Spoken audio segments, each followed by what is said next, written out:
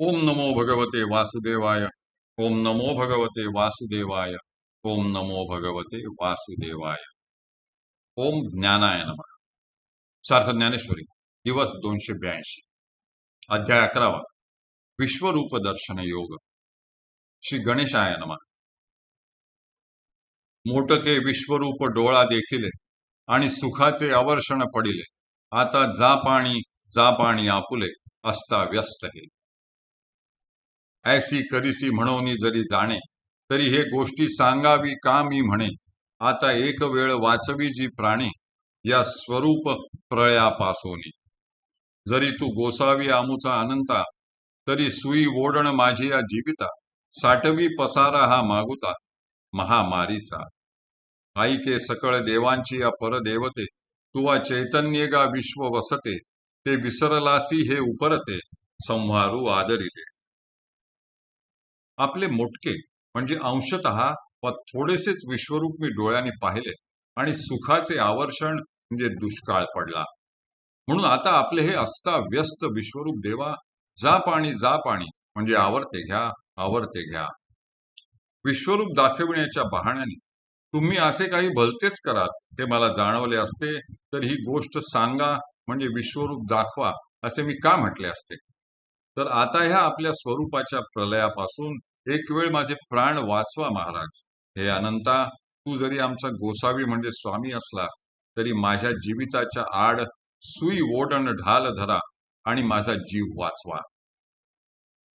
आपल्या विश्वरूपाच्या महामारीचा पसारा साठवी मागुता म्हणजे आवर्ता घेऊन आपल्यात पुन्हा सामावून घ्या।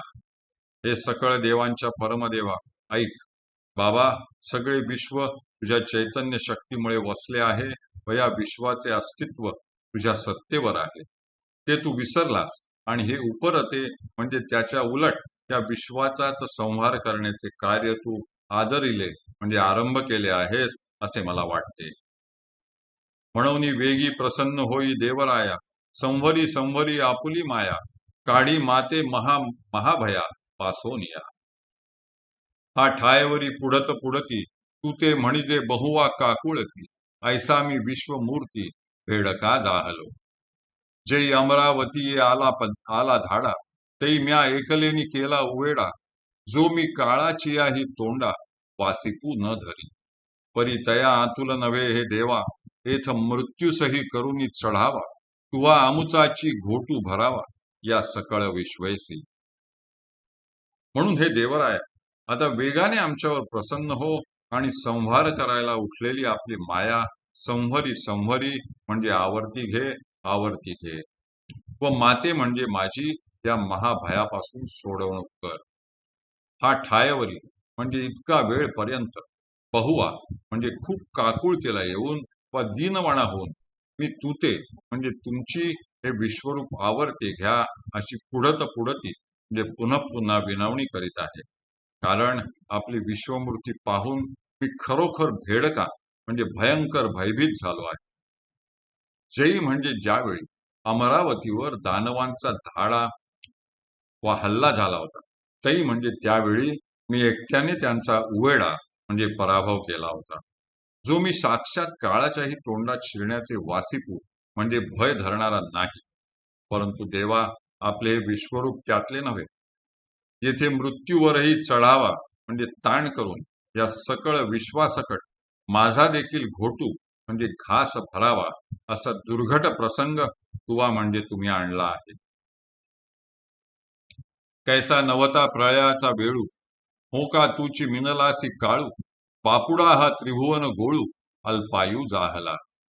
आहा भाग्या विपरिता, विघ्न उठले शांत करिता, कटा विश्व गेले आता, तू लागलासी ग्रासू।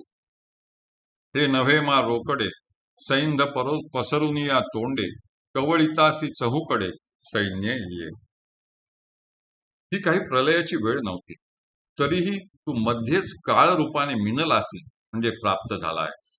त्यामुळे त्रिभुवनाचा हा गोळा अल्पायुषी झाला असे मला वाटत आहे। आहारे भाग्या, तुझी गती किती विपरीत आहे।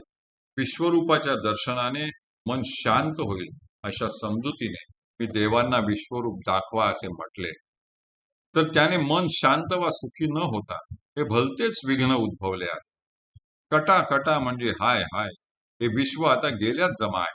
कारण तू आता त्याला ग्रासू लागला आहेस, त्याचा घासच घेऊ पाहत आहेस. देवा, अहो आपण सैन्य म्हणजे पुष्कळ सारी तोंडे पसरून त्या सर्व सैन्याला चहूकडून कवळीतासी म्हणजे गिळंकृत करीत आहात, हे मला रोकडे म्हणजे प्रत्यक्ष दिसत नाही काय? हरिः ओम, हरिः ओम, हरिः ओम. हरये नमः, हरये नमः, हरये नमः.